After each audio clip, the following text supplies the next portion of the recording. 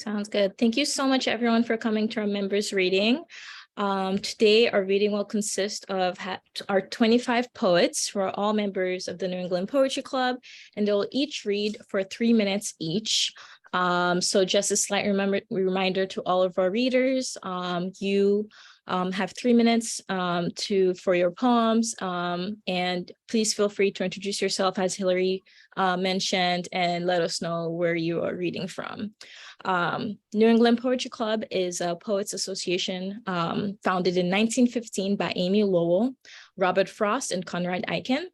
We run the oldest poetry reading series in the country. We offer an ongoing writing workshop open to all members. So please reach out to Mary or Hillary about our writing workshops. We sponsor awards and contests to encourage and recognize poetic achievement. And we look for new creative ways to foster understanding and love of poetry. Members of the New England Poetry Club are poets, publishers, and readers and translators of poetry who live in New England or have strong ties to the region. We invite you to join us if you're not already members. Thank you, everyone, for being here. And please welcome our first reader of today, Cammy Thomas.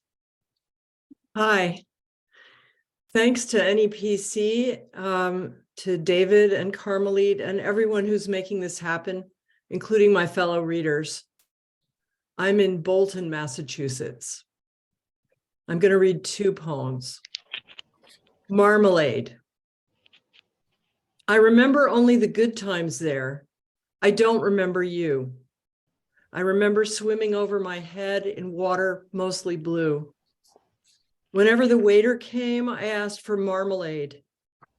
He brought it in a little jar. I used up all he had. I didn't read the newspapers. There was no TV, and everything they told me helped me to unsee. You say you stayed next door to me in the other bungalow, the one with nightly screams, voices I did not know. I didn't want to talk to you, was there only to rest. I know I should have greeted you, but my words turned to rust. Woman in the train station, Santa Barbara, California. Eager for conversation, she asks my husband as he heads for the door, "Do you have an ocean?" Is she wondering where he lives and whether it's near an ocean like we are now?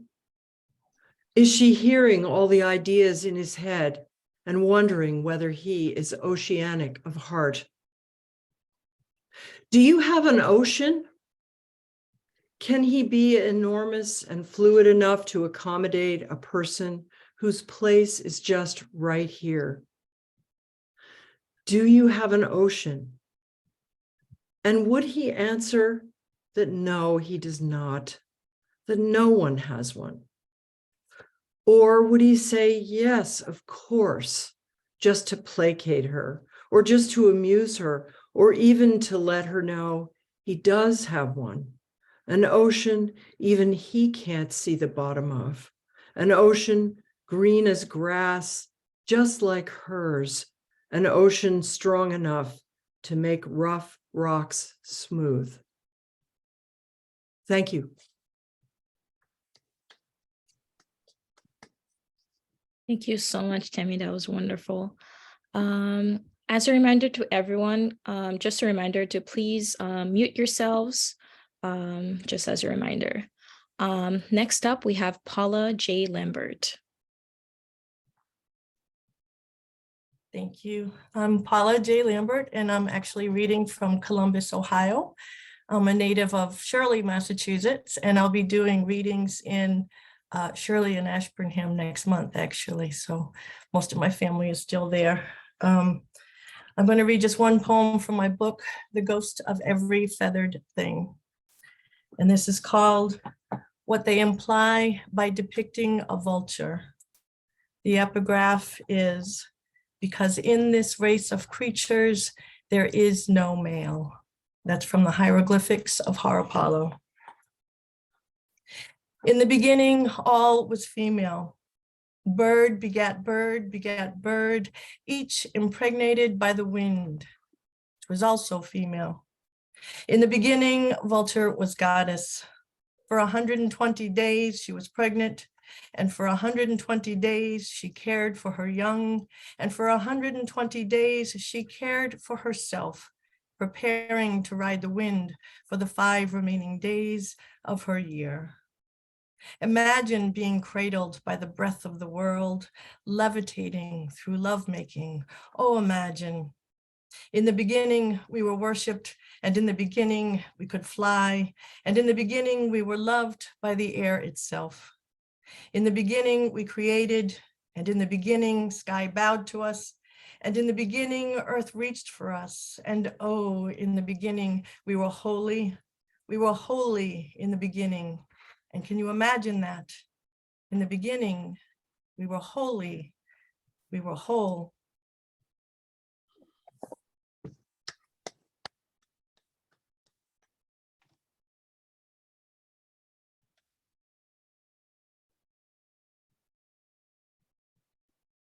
That was beautiful. Thank you. Next, we have Judith Hoyer. Hi, thanks to everyone who has put this wonderful opportunity to read this afternoon together. I just changed my mind about what poem I'm going to read, and it's called March in Massachusetts. March in Massachusetts gets going in fits and starts. A sudden hot huff coming from the heat pump in the living room. Potatoes soft and sprouting in the dark bottom of their 5-pound bag. Now the sudden rush of violent gusts.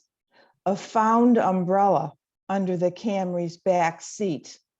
Potholes bubbling with loose change, and wreaths still strapped to front doors. March never knocked, just barged right in with salt crystals embedded in the soles of its boots. The sound of stamping still in the air. The month comes on like a migraine of sirens on the hill.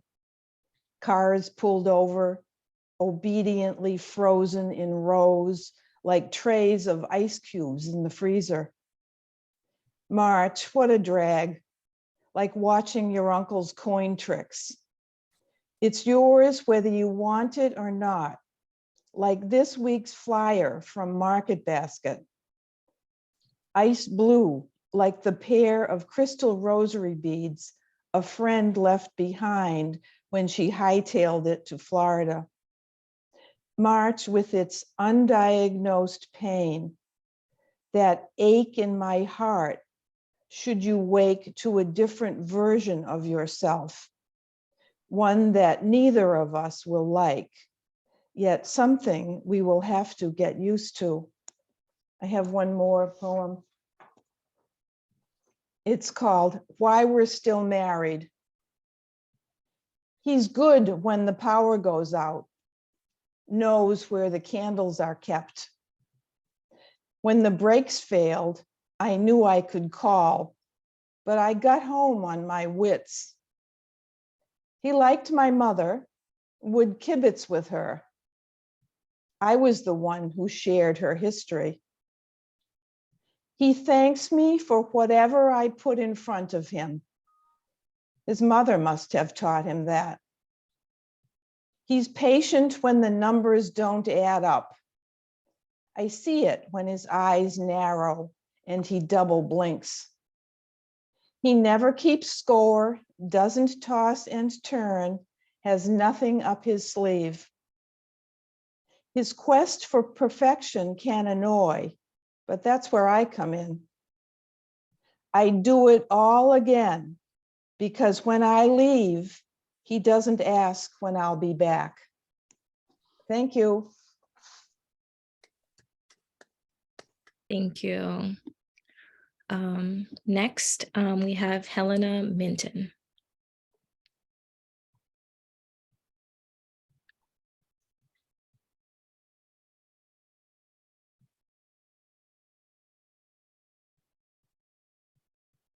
Helena, you're muted.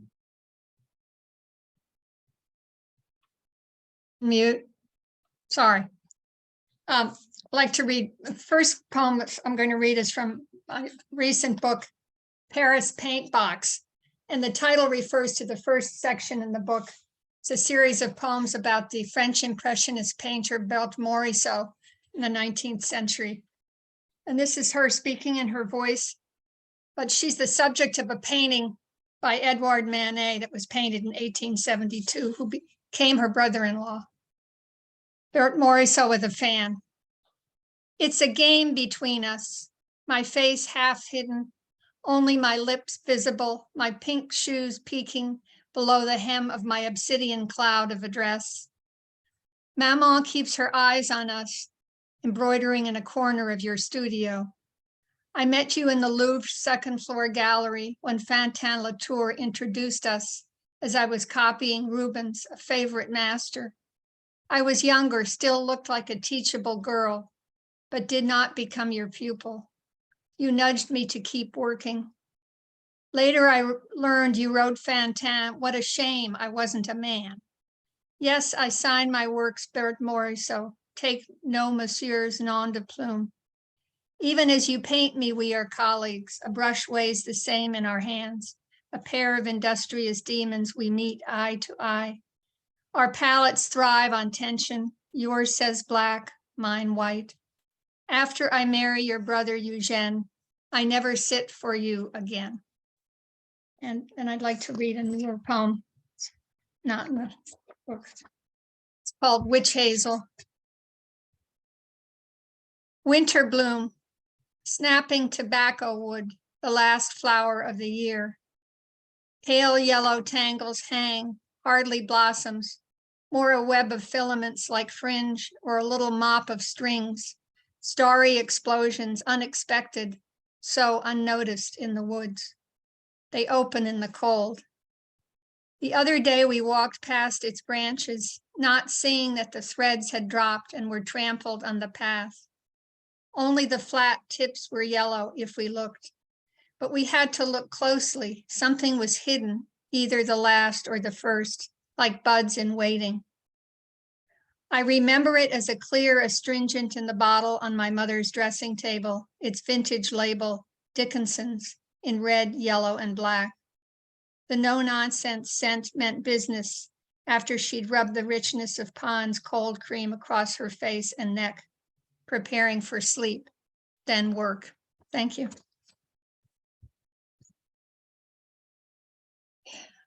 Thank you so much. Next, we have Molly Bennett.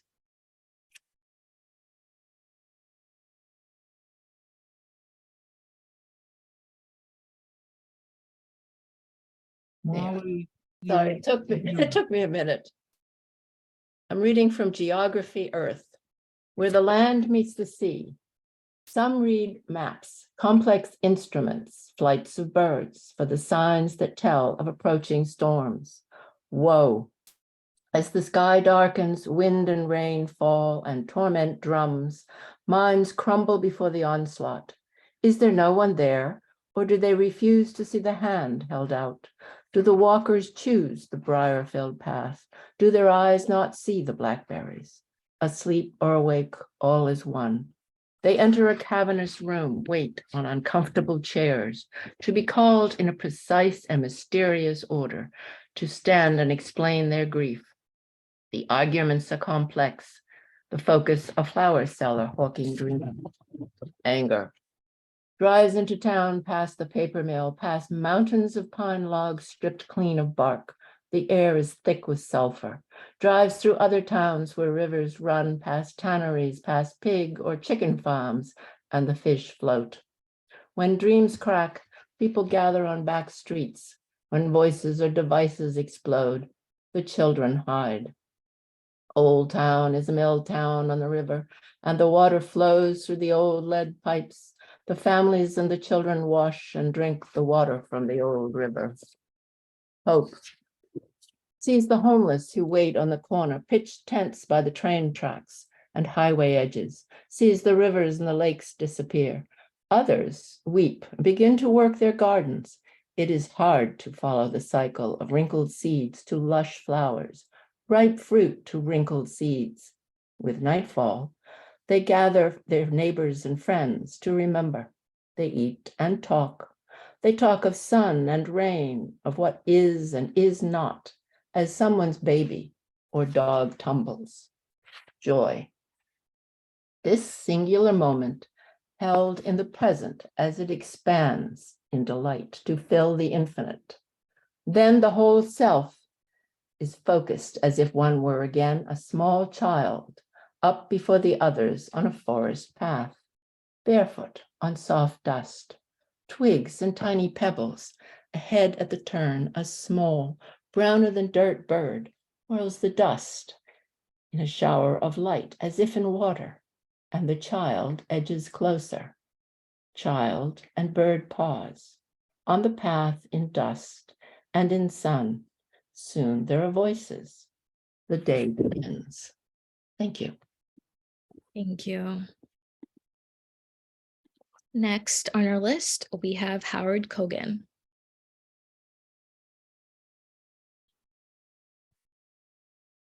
Okay, thank you first for hosting this wonderful event. It's so nice to get to see you all, people whose name I know, but that's all.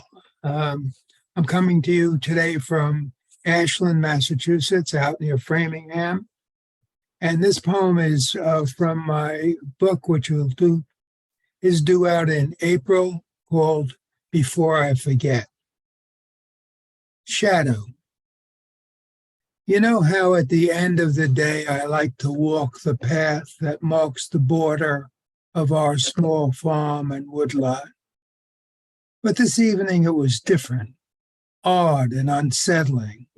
I was unnerved, as if I'd seen a ghost, knowing full well there are no ghosts. Maybe I was tired, or it was a trick of the eye. What I'm saying is, whatever it seemed it wasn't.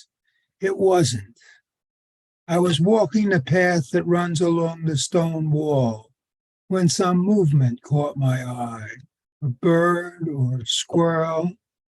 It was slipping beyond the hour of deep shadow into dusk, yet it seemed to me light enough to see. I looked toward the movement, saw nothing but a shadow, though I thought for an instant of a drawing of a family, like you might see in a child's picture book.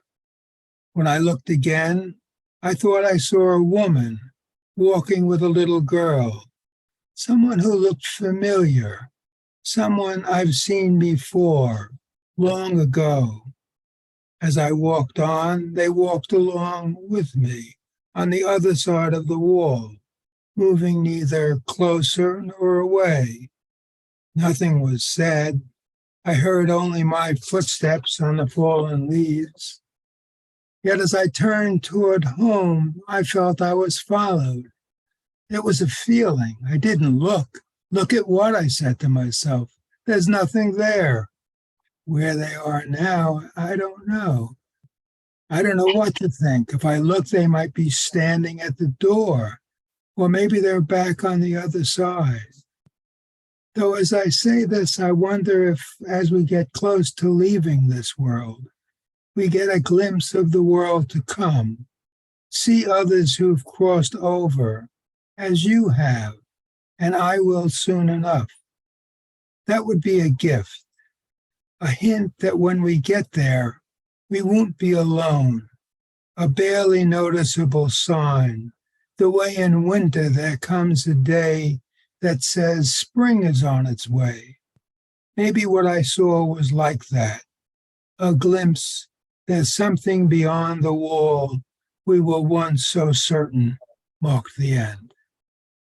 Thank you. Thank you so much. Next, we have Karen Klein.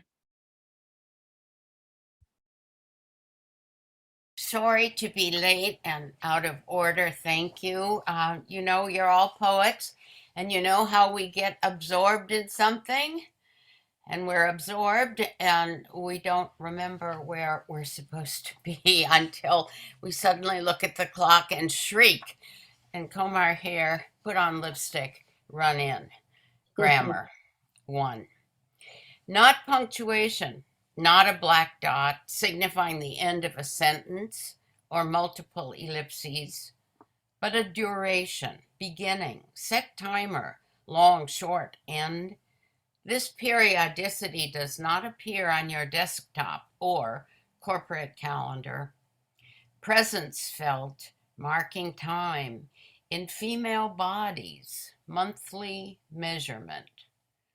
Tidal blood flow set by our reproductive fate. The moon is our model, our shining guide, our jailer. Private yet universal meanings for late, missed. At 16, I have a boyfriend, am late and scared. Telling mom leads to the gynecologist's office where I bleed. Mom and my surprised relief, she says, if you had been, it would have killed your father. What does my father have to do with it? 2. Years marked with lunar memories, gut cramps double over, moods circle the moon and spin. Plans made, unmade. Welcome times when missed, ungrammatical times when missed. What future? I was mother of 3, then late, raging, waiting, praying, waiting, wanting to reject the lunar contract, unbidden at birth, not mine to reject or accept. All the eggs already in my infant ovaries. My powerlessness, my moon body's power, which will eventually cease. How then will my body measure time's flow?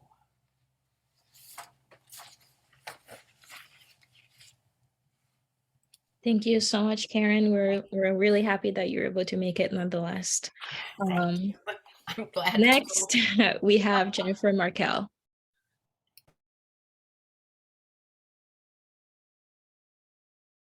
Thank you, Carmellite and David Miller and all of NEPC for organizing this for us today. I'm going to read a new prose poem and then a couple of short poems from my second book.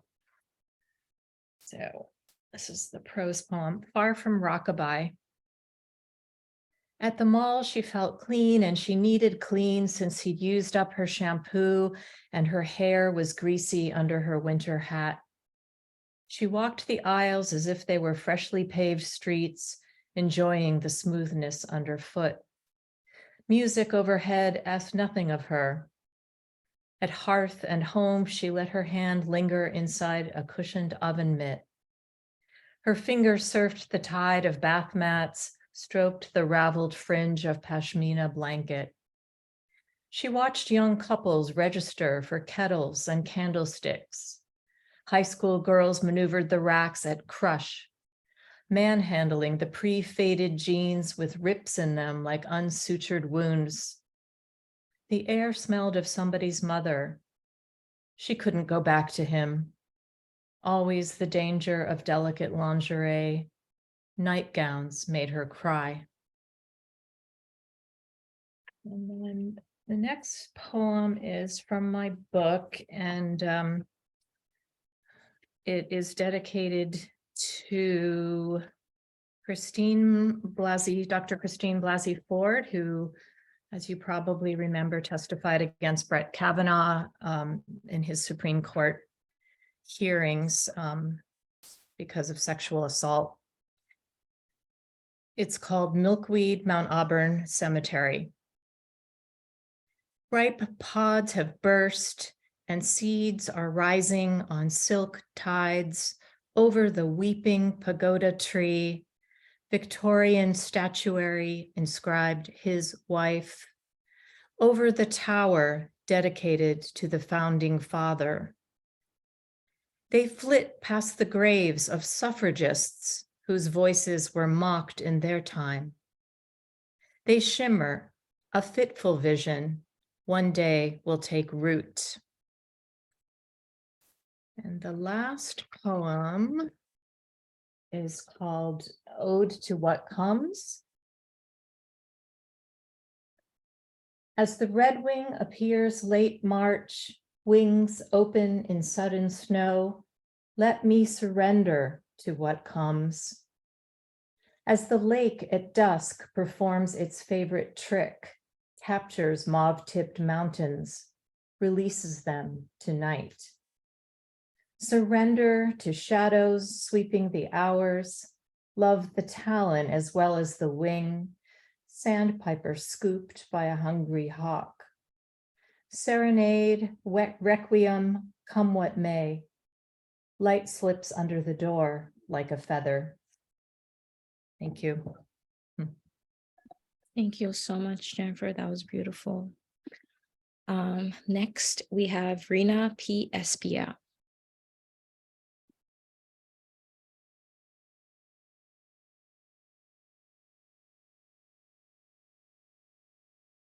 We think you're muted, Rhina.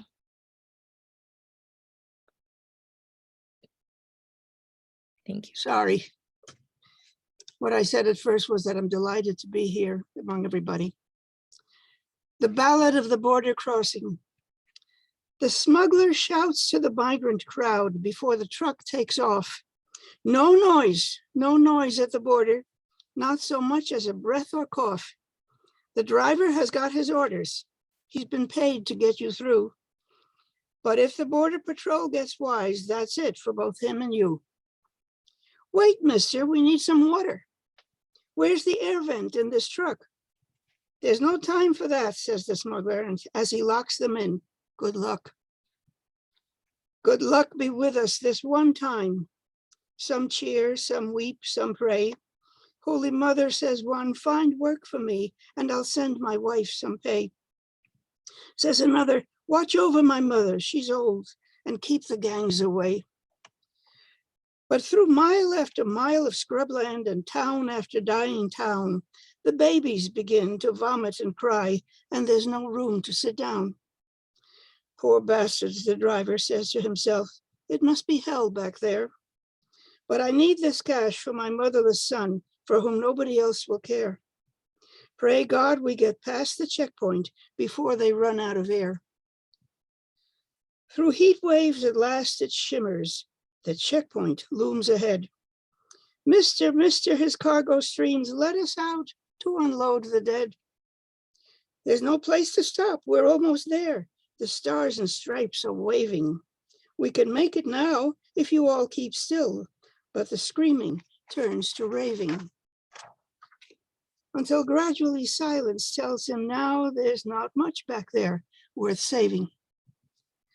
I must save myself for my poor boy's sake. He jams on the brake and jumps. The last sound he hears is the cracking of bones as he bleeds into stones and stumps. If that don't beat all, says the border patrolman as his wife serves him apple pie. How 80 dead spics was crammed in that truck and stank like a filthy sty. We throw them out and they come right back, though I'm damned if I know why. Maybe it's true what you always say, they should stay where they belong, but they hug their kids like they're just plain folks, and to die that way seems wrong. They feed old folks at the nursing home and wash them and help them stand. They do the work that nobody wants and clear the stoniest land. They get paid the least and they work all day to gather my father's crops. And they run off unpaid, her husband laughs, if you threaten to call the cops. In a town far south of the border, a little boy can see that he scraped the last grain from the iron pot. But there's fruit on the mango tree. Enough, he thinks, to last until my pappy comes back to me. Thank you. Thank you. Thank you so much, Rhina. Next, we have Zvi Sesling. Thank you very much, Carmellite, for hosting, David for putting this together, Doug Holder and Denise Provost from the New England Poetry Club, co-presidents who also sponsor this event. So the first poem, this is from my book, Simple Game and Ghosts of Fenway, the baseball poems, and I thought that would be pretty good for the opening of the season. The first one is called Sam the Jet.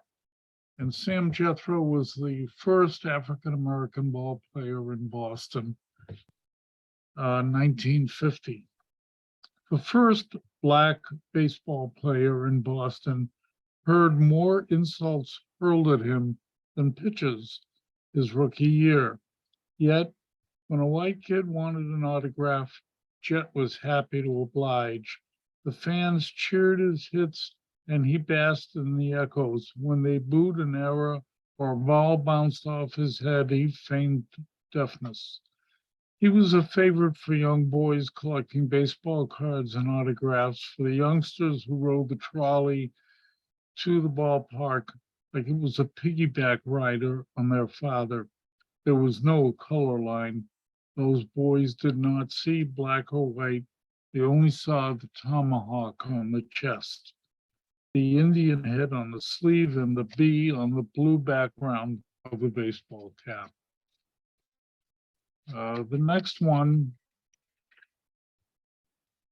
is called Kenesaw's Revenge. And Kenesaw Mountain Landis was the commissioner of baseball, and he was put in position and banned all of the 1919 Black Sox from baseball for life. So Kenesaw's Revenge. Kenesaw Mountain Landis, commissioner of baseball, who bans the Black Sox from baseball forever in the 1920s, next heard about Jackie Mitchell, 17-year-old girl who one afternoon, while pitching for the Chattanooga Lookouts back in the 1930s, strikes out Babe Ruth and Lou Gehrig. It is too much for the commissioner to take, so he makes sure she never plays professional baseball again by voiding her contract. And in 1952, baseball entirely strikes out women by banning them completely from pro ball. And to this day, no female plays in any major league or minor league team, though they are now being allowed to umpire and take part in the executive branches of government. And the last one I'll read very quickly is called Bottom of the Ninth. There I am, just struck out the side, and they will not pinch it for me. So I get up to the plate, watch a fastball streak by, the umpire yells, strike. The dude on the mound tries a high, hard one, ball. The ump calls then the fastball again, but I am expecting it. Meet the horse hide, square on the sweet spot, watch it, sail to center while the center fielder goes back, keeps fading towards the wall, off the grass to dirt. He goes up, glove open, he misses. It's a home run. We win. I wake up. Thank you very much.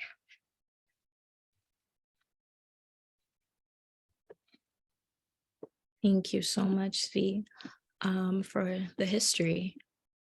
Next, we have James Brosnan.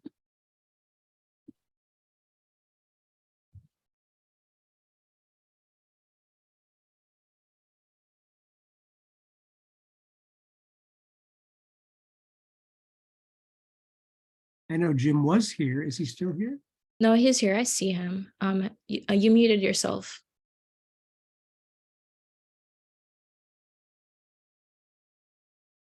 Okay.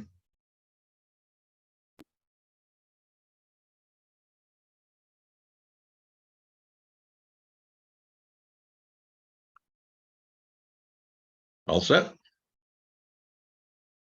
We hear Okay. you. All right. I'm going to read a poem from my book, Nameless Roads, which came out just at the beginning of the pandemic. Beautiful timing. This is a collection of poems from the New England states with some original photography. And it's called Early Sunday Morning. This was actually nominated for a Pushcart.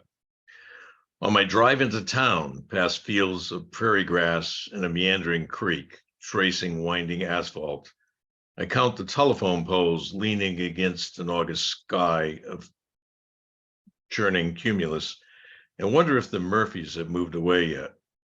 I parked the Buick a block away from Rexall Drug, strolled past the whitewashed facade of Bartley's bookstore, its contents emptied last month, its soul now revealing a few of Kirk's acrylic paintings, reproductions of old motorcycles in the front bay window, while a clock retrieved from the one-room schoolhouse mounted above this art display reveals the exact hour in Madrid. The other piece that I'd like to read, this is my second book, Long Distance Driving, which should be coming out within a couple of months. And this piece here is titled 763 Miles from Denver. And the book is a collection of poems and photographs west of the Mississippi. Holding the Hemi back at 75, I whisked past Peterbilts and Freightliners, as well as countless silver silos and red barns just yards from Interstate 80 on this humid June afternoon as dusk envelops endless wheat. Stark silhouettes of white farmhouses, vividly outlined in a tangerine-stained horizon, are visible through cottonwood canopies. A black plume rises from parched soil, follows a John Deere's return from an afternoon's labor. I turn into the Flying J Travel Plaza outside of Davenport, park the gray Jeep 100 yards from a row of idling diesels, their purple and yellow cabs vacant, their upright chrome exhausts belching fumes into the Iowa evening. I enter Denny's, climb up on a red swivel seat at the counter, wonder as I head west if she still remembers that summer. Daily hikes at 12,000 feet, dabbed with snowfields and tiny pink blooms of alpine vegetation, the occasional elk and moose sightings, the distant valleys visible through boughs of towering Colorado spruce and aspen on our nightly descents, holding her, my arms around her waist as we savored the snow-capped range in mountain silence. I pick up the laminated menu, read the caption, breakfast served all day. Thank you.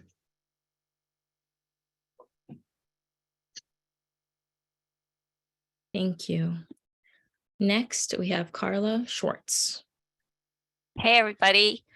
I'm coming from Carlisle and right now, and I'm going to read you a few poems from my book, which is called Signs of Marriage, but you can't see it in my thing.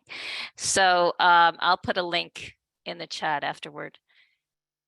First poem I'm going to read to you is called Farm Life. I've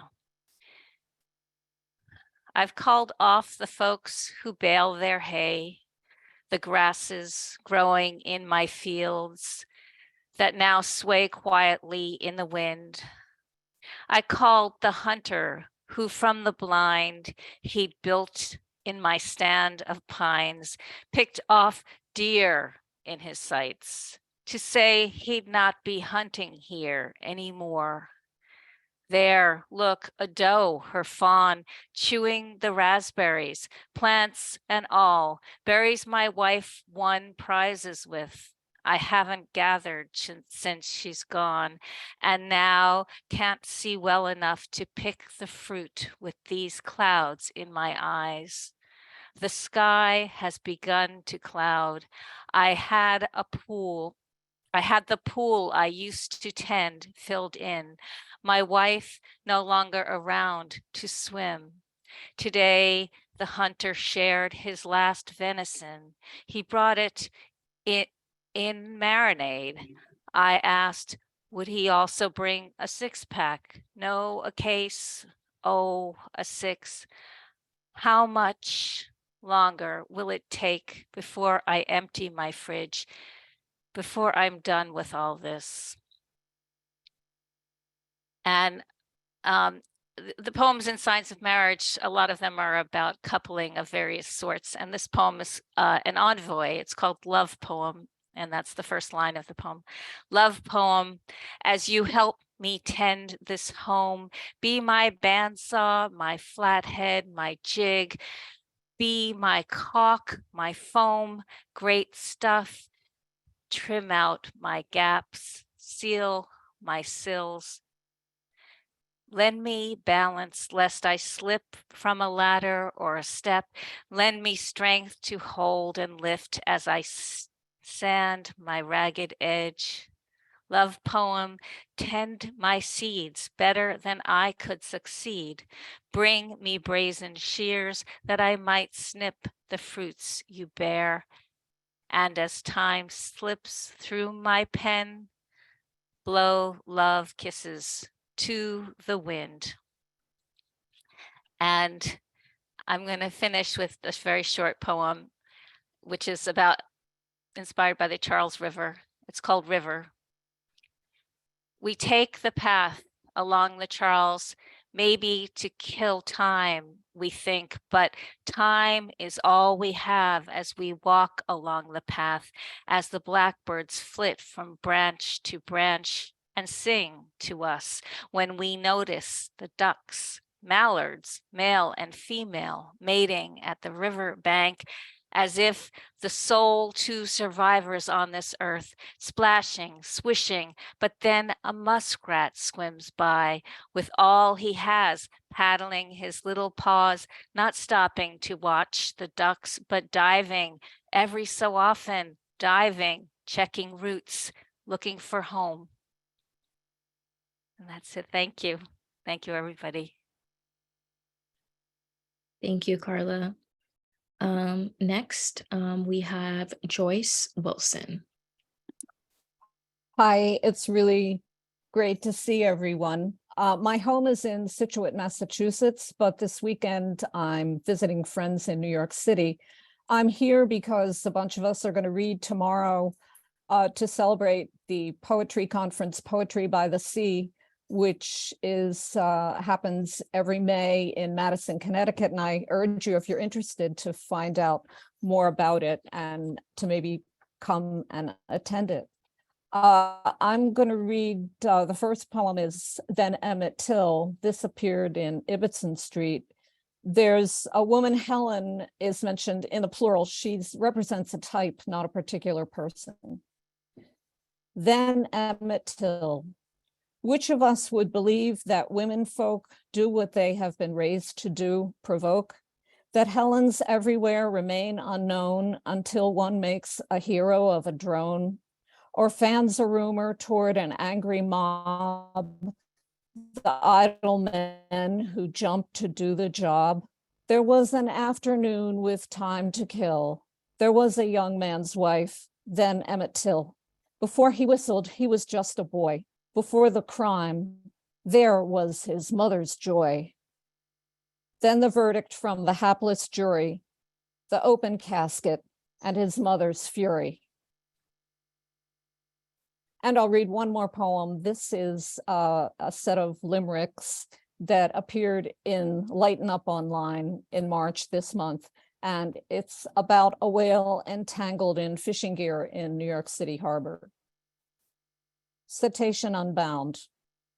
Oh, how it still makes my heart pale to think of the fate of a whale with 4,000 pounds of gear that surrounds its mouth and its torso and tail. Consider the effort it took with cutter and hacksaw and hook and oversized pliers to sever the wires that fishermen dragged and forsook. 3 days and they cut the whale free and ushered it out to the sea to swim with the cod and frolic with God, who watches or fishes, and me. Thank you very much. Thank you, Joyce, for reading these. Next, we have John Holgerson. Good afternoon, everyone. Thank you, David, your collaborators and co-conspirators who put all this together. Much appreciated.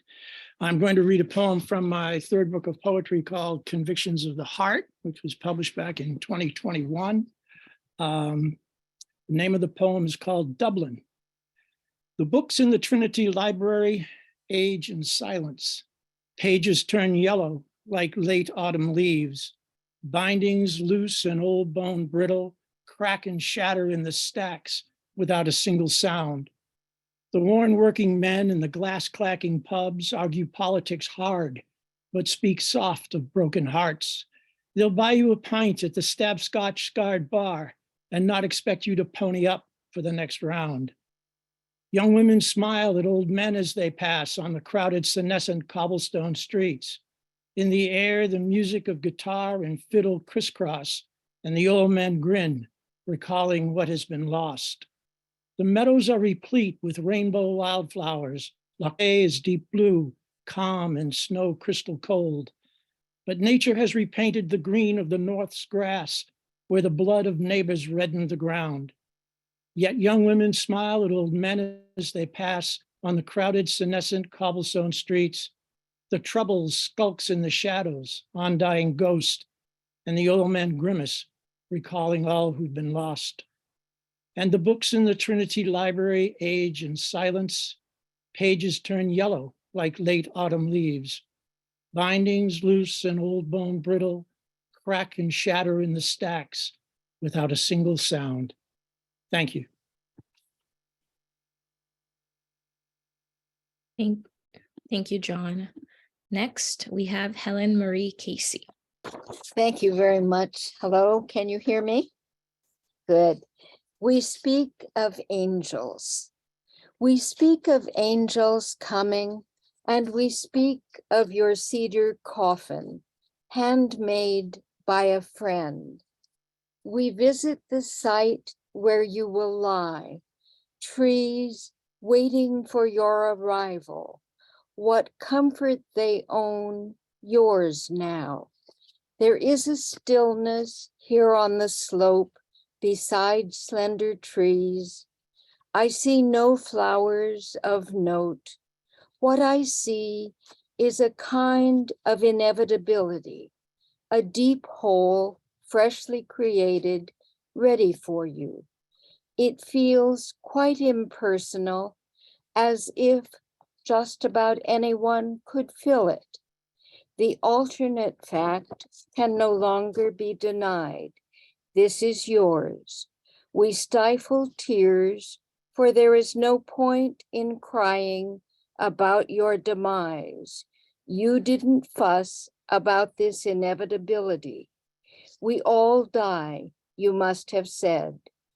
Inside your coffin, you resemble a doll, small, delicate, at peace, or so we think. Perhaps it was a relief to let go the travails of the living, to give up all the suffering you endured, cancer winning. You understood boundaries. You came to accept facts beyond your facts we found uncomfortable, like not seeing. You took what was handed you and made silk from that proverbial unpleasant sow's ear that was yours to remake. No complaints, or none that I heard, ever. You relished what you ate as long as you could. You wrote your way into what light you found. You discovered joy in a baby boy's breath and in the wood of the home your friend made, his hands and heart carving protection and love into every board he finished for you, every connection he wanted you to remember in this final journey. Thank you.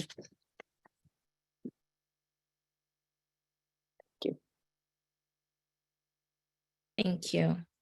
Next, we have Lee Varon. These poems are from a manuscript called Birds of Addiction. This is called Kestrel. With pointed wings and fan-shaped tail, the kestrel can fly at speeds of 39 miles per hour. The males have gray-blue heads, the color of a bruise. The kestrel can dive down for its prey at 200 miles per hour. This is how quickly fentanyl swoops in. 1 minute you're moving among the brackish waters of life, the next gone. And this is called What Happens. It has an epigraph. Cam Kills First is studying Comanche at Comanche Nation College. Only 25 people nationwide speak Comanche, down from about 15,000 in the late 1800s. What happens? What happens when a language slowly dies? Is love spoken differently? Hate? Does the blue bowl shining on a table shine differently or simply disappear? I heard in Mexico there are only 2 people alive who speak Ayapaneco, the true voice, and they're not speaking to each other. What disappears in the space between them besides sunflower stalks and evening's gray moths? There are different ways to say death. All are permanent. Thank you.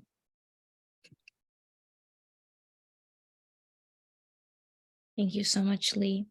Next, we have Marilyn Gove. Hey, good afternoon, everyone. I'm actually living in Plymouth, Mass. I want to read a poem from a small series about my mother and father, and both were first-generation children of immigrants who fled the rise of the pogroms in Eastern Europe just prior to World War II. They grew up in Malden and Revere, Massachusetts. The poem is divided into 3 sections, and there is a segment of a Hebrew prayer. My Hebrew's not so good, I'll tell you that up front. But the title of the poem is The Sun Sets with Shabbat Shalom. And Shabbat Shalom means peaceful rest. Okie doke. The sun sets with Shabbat Shalom. 1. The gray bone of winter pounds the northeast with cruel winds and heavy snow. Whiplash streets howl with despair. Trees topple and power goes out. Shabbat candles dot the darkened house with circles of light. 2. Father sits in the kitchen skinning a Hostess snowball. Deftly, he lifts the pink coconut marshmallow from the chocolate cream-filled cupcake and sets it beside the pan-fried matzah, sliced bagels, lox, and Philadelphia cream cheese. He licks his sweetened fingers, then devours the processed treat. He does not speak or share. 3. Mother stands in the kitchen, a prayer towel covering her tightly permed hair. The Shabbat candles are lit. The blessing she recites has become routine. Baruch atoi Adonai Eloheinu melech haolam asher kiddushanu b'mitzvotov v'zivanu lahalik ner shel Shabbat. Mother waves her long, slender fingers 3 times over the candles, drawing the holy energy towards her. It looks like a magic trick. I wonder if she prays for a happy life. Thank you. Thank you, Marilyn. Next, we have Diane Pohl. Hi, everyone. Thank you for this opportunity to read. And I wanted to dedicate these poems today to my workshop leader, Tom Daly, whom I workshop with here in Cambridge, Massachusetts, and also to my poet friend whom I also workshop with, our own David P. Miller. These 2 poems appeared in The Lake, which is an online webzine. Chores. Breezes all nectared, waiting for hummingbirds gets lonely. Thistle hung, sunflower and millet, asway in their open-windowed swing vehicles. Last night, a possum was trying to cross the road in front of me and I stopped, but she scrambled back to the woods. Now, please, people, just let the rabbits have their celery and lettuce and the coyotes their cabbage rinds. while I shuttle soft bananas to the leaf pile and cry when it rains.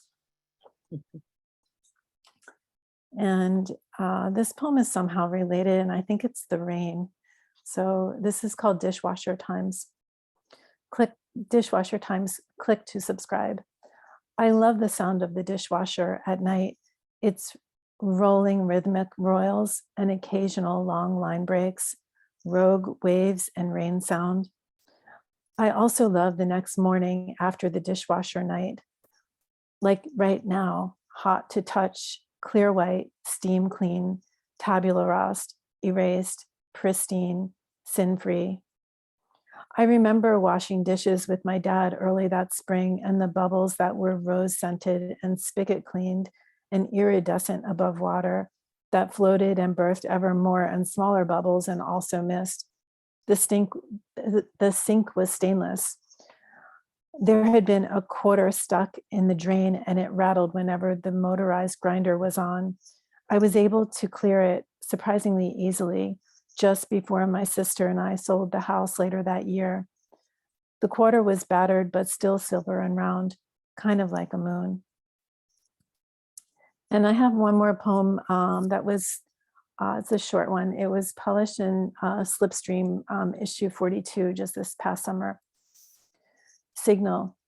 I am in love with a laundry spinner, the kind I imagine people in Buenos Aires keep on their balconies where electricity is unreliable, but the breeze is true. The spinner makes wet clothes almost dry in under 2 minutes, followed by a short splay on the clotheslines that span over streets and alleys filled with bicyclists and walkers on the way home at midday to break bread and drink red wine from green bottles over white tablecloths and conversations that linger into a dusk sky crossed with satellites and stars. Thank you. Thank you so much, Diane. Next, we have Dolores Hayden. Thank you to the hosts. I'm reading in Guilford, Connecticut. And I've chosen to read a poem about a photograph by Walker Evans, which he took in 1936 in Fulton County, Georgia. Cherokee Parts Store. A camera can be clock and calendar. The sun casts almost vertical shadows. The garage opens at the rear to leafless trees. It's close to noon in early spring at the Cherokee Parts Store, where a young white woman wearing a light black coat stands hand on hip, and an older woman, weary, looks at the man in a beat-up hat who bends over a car, their car, parked behind a Model A pickup with a curved running board. A teenage boy in overalls gazes out from the garage. He must be staring straight at the heavy camera set up across the road, staring straight at Walker Evans, who once said, "It's as though there is a wonderful secret in a certain place, and I can capture it. Only I can do it at this moment. Only this moment and me." Signs draw Evans's high, used scrolls like an Ionic capital near the hubcaps and wheel covers. Cars stands like a Doric column, edging the facade hung with inner tubes. Evans, he says of himself, was and is interested in what any present time will look like as the past. Roy Stryker hired him to document lean years for farms and small town main streets, but Evans chooses a hell of a junky city. He hauls his serious camera to roadside stands, gas stations, used car lots, automobile graveyards, and garages. And here he aligns a dangling light with the trunk of a skinny tree to direct our eyes down to the mechanic's diagnosis. The Cherokee Parts Store sits on land once stolen from the Cherokees and farmed by enslaved Africans. Out front, the old black Model A with muddy, mismatched wheels loads up more recent history, paychecks late, mortgages overdue. The two women wait, impatient to know what more has broken down now in a country that manufactured 5 million new cars and trucks back in 1929. Thank you. Thank you so much, Dolores. Next, we have Beth Kress. I'm reading 2 poems from Arlington, Mass. We're perfectly happy with what we've been given, they said, when given the smallest room in the inn. A statement so startling, spoken in a rhythm so musical that it stopped me. Those of us who have what we need might well take heed.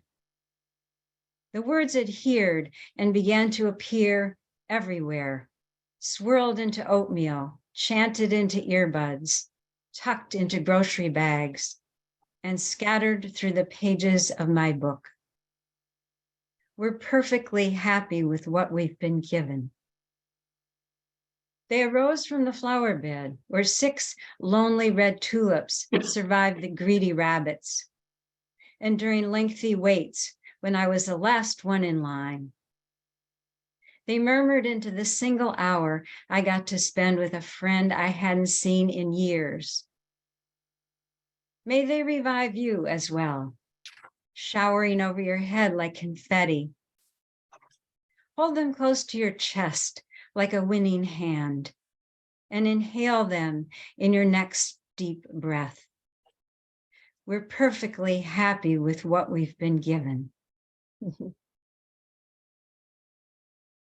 And then I'd like to read a poem called Joy Street.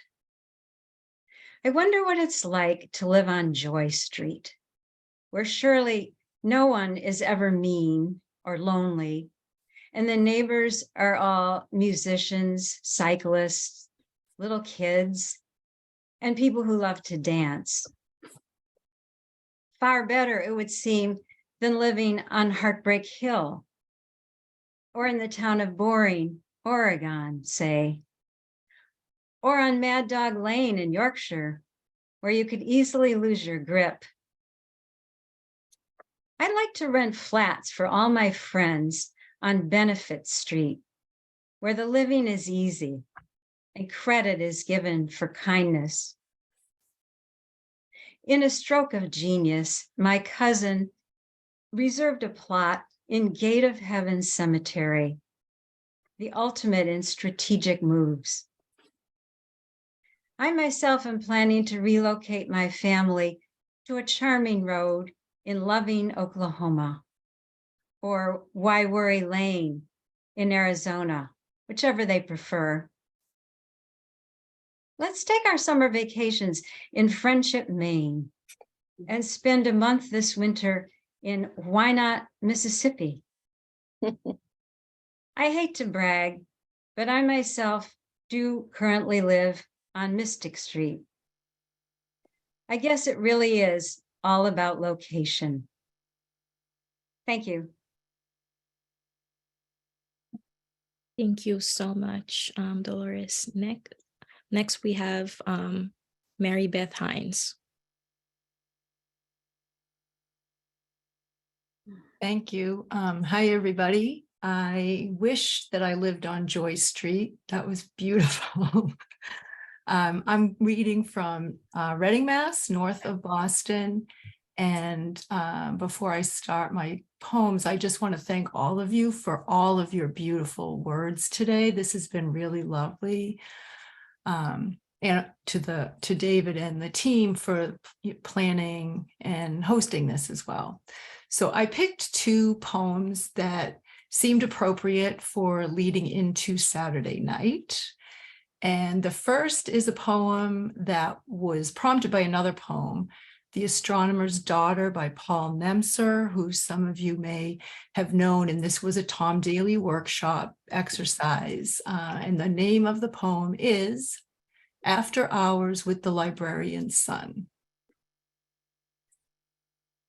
Quiet after midnight, intimations in the hush of black walnut, polished ash, brass, a massive, lonely librarian's desk, the infinitely circular, iron spiral staircase to the high-walled tower and beyond, the stacks, old spines, glinting gold leaf, dewy decimaled symmetrical rays, and grainy moonlight through a window. He led the way up those wilding, raveling stairs, all bold bull back, hinged hips, impatient legs, past gilt-framed founders with their powdered hair, his surety unleashing babble from crammed shelves. He fingered leather, Molly Bloom, Jane, Tess. I followed, dizzied, drummed back, yes, and yes. And my second Saturday night offering is a recipe for Manhattan. For any of you who have ever enjoyed this boozy winter drink, it might might make you want to go have one if you haven't, but if you have, if you used to like it and can't do it anymore, you'll probably appreciate this anyway. Manhattan how-to. Make with rye instead of bourbon. Serve it straight up with a twist. Lift the coupe glass, dip your tongue, inhale deeply, steady your wrist. Let your aches flow through molasses. It's a hot tub in a glass. Mix a second, sip and lay back. Spin down river, past regret. And that's it for Saturday night. And I apologize for my hoarse voice as well. No worries. I don't think we missed a word. Next, we have Sara Letourneau. Hi, everybody. So I live in Foxborough, Massachusetts, but I'm actually reading from Nashua, New Hampshire today. And the poem I'm going to read is Fireflies in Tuscany. It's 10 p.m. on our last night in San Gimignano, and we've eaten enough pork sausage, peachy with tomato garlic sauce, and roasted vegetables that we could fall asleep. So we skip dessert and walk down the sloped back lawn as leisurely as the agriturismo's cows. The world, once beyond the reach of the terrace lights, mesmerizes in its darkness. The soft blades of grass tinted green-black, the pond water glinting silver from the moon, the stillness of the hills, country roads, and distant trees, now an undulating sea of shadow. And yet, everywhere we look, there is light. On the horizon, the towers of the Centro Storico seem candle-bathed. Clusters of the same yellow glow dot the landscape, marking villas and farmhouses. And above, the stars, so bright and clear that they must be alive. We stop at the split rail fence just before the steep drop into the olive grove. And as your arms envelop me from behind, I point into the night and say, look, don't all the lights above and ahead of us look like fireflies? And we are silent for a moment, gazing at all the beauty one can see in the dark. And then you answer, wait, look down. And there are the true fireflies, hundreds of them in the olive grove below, sparkling so quickly that they cannot be real. They can only be those white Christmas twinklers, putting on a show they've rehearsed for each tourist just before they leave. And laughter effervesces out of me because in their blinking, there is truth. No matter how completely night cloaks the countryside, it will always be pinpricked with light. Thank you. And thank you again to David and everyone else who has helped put together today's event. Thank you so much, Sara. Next, we have Amy Manion. Hi, I'm Amy Manion, and I'm just really grateful to be here. I'm going to read Sijo poems, a traditional form of Korean poetry that lend itself well for a 3-minute reading. So each poem is 44 to 46 syllables long. And I was inspired by a couple of readers before me to just do something off of the set list. This is like a journal, Sijo journal entry from Thursday, March 16th, 2023, 12:27 p.m. Most men die over feelers, overheard someone say on the train, going at a snail's pace. And I think about what he said.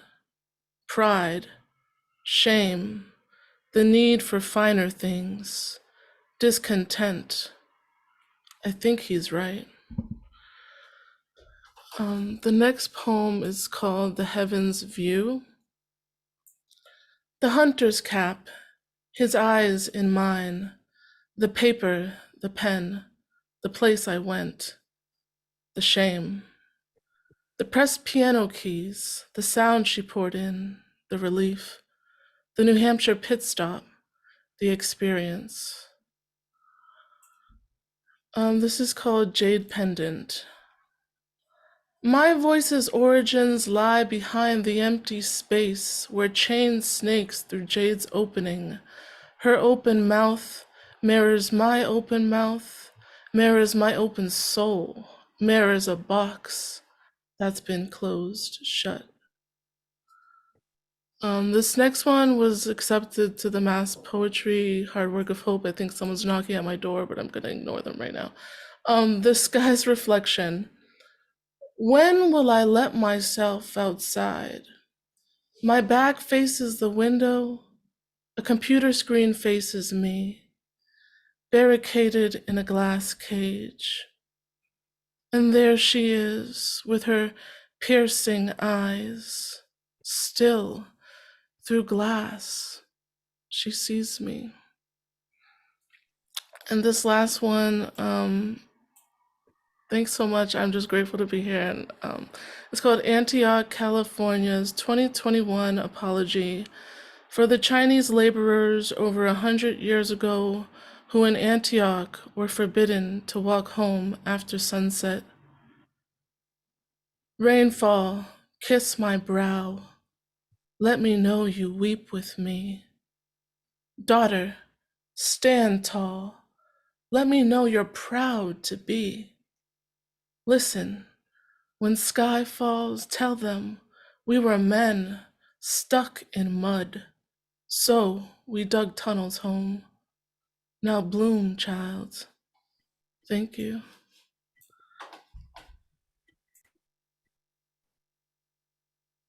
Thank you. And next, possibly last, we have Richard Forster. Actually, I think Richard isn't here, to tell you the truth.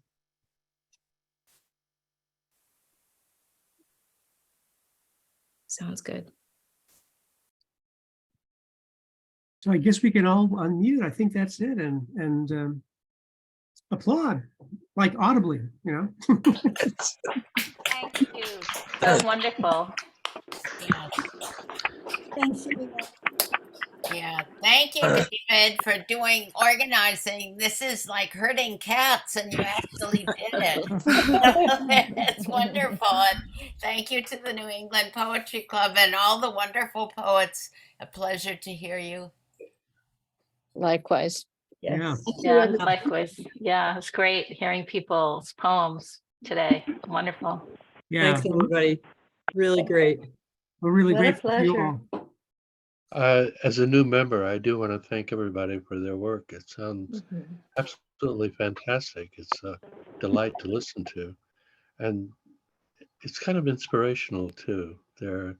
It's nice to, all over Massachusetts, especially New England, we have poets who see and feel and express the beauty and eternity of poetry. Thank you. Thank you. Wow. Yeah, I'm a new member too, and I'm so grateful to be here. And I've been wanting a poetry community for a long time, and I've been slacking on it. So I'm grateful to be a member and be a part of this too. Welcome. May I say one thing? I'm with the Haverhill River Bards. We've been doing poetry in Haverhill here for Poetry. 25 years, 30 years. And we sponsor high school students in both spoken word and poetry. And we are on TV at the third Wednesday of every month, WHAV, which you can get over the internet. And if you would like to see some local poets, or if you would like to participate in our open mics, you can come do so. Just simply type in Creative Haverhill on your computers and Google, and it'll come up and get on the mailing list, and you'll know when all of our performances are.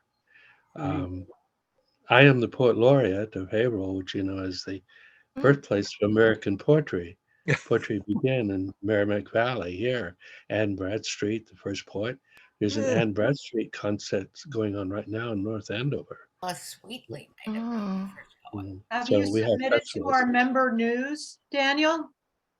Have you I submitted? did, but it was never. I sent it in a couple of months ago, but it was Oh, okay. never. You know, so It didn't figure show up? somebody must be busy.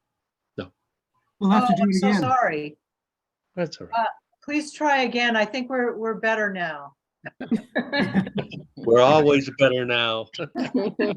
Yes, if you send us member news, if you're a member, and you don't see it, then push us. I put it's a ways back in the chat. Put the link for our homepage, and it is. But I'll just say it to you. You might, if you don't know, you might think we would be nepc.org. That would make sense, right? But that seems to be when I checked. I think it's like the New England Pediatric Consortium. So, but that's okay. It's still pretty simple. It's nepoetryclub.org. So there you are. I am going to, by the way, particularly for our readers, I'm going to save the chat, and so I can send it back out to you, later on. I have a question. Wondering about the first American poet. Was Phyllis Wheatley before Anne Bradstreet or after? After. Yeah. Wheatley was about 60 years after. I think we're probably better known in the poetry world for John Greenleaf Whittier and Robert Frost. In fact, my farm is halfway between each of those. So I can go 8 minutes to Robert Frost's farm or 8 minutes to Whittier. And we have a Whittier festival here every year, which this coming year will be snowbound with our high school students reading it. But we'll do an all-night 24-hour reading of poetry at the Whittier Farm sometimes. Wow. That's delightful. Yeah. Rhina, you can unmute yourself.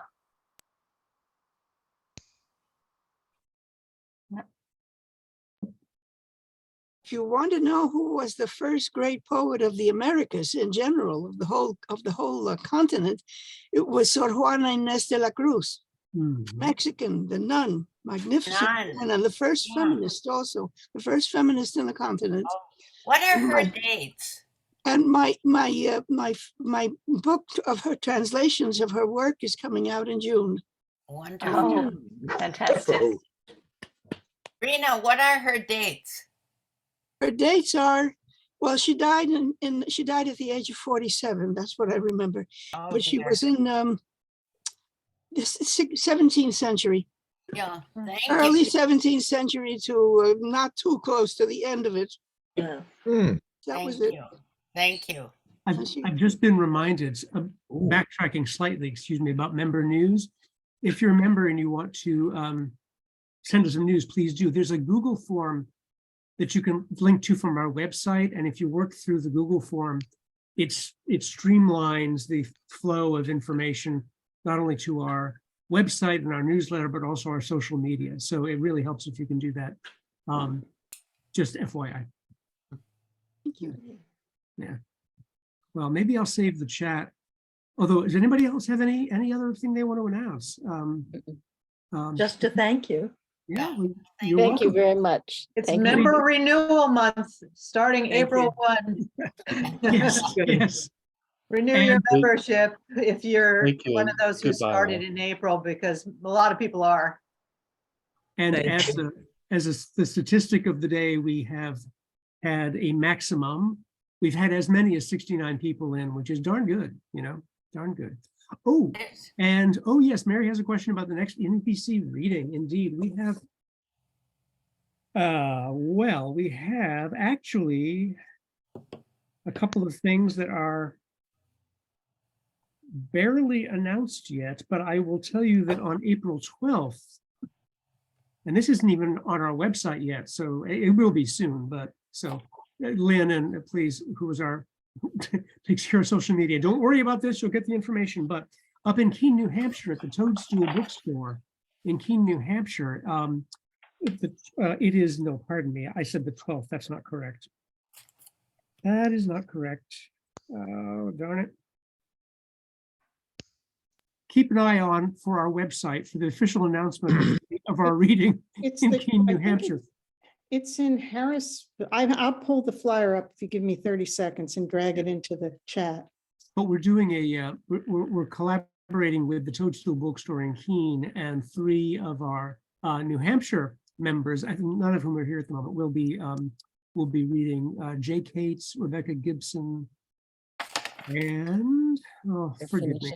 That was very Anyway, that's coming up. But closer to Boston on Sunday, April 23rd, we're giving another reading at the Old Manse with 3 of our members too. And if I'd pulled that up, I could tell you, but pardon me, my mind like a steel sieve, as the saying goes.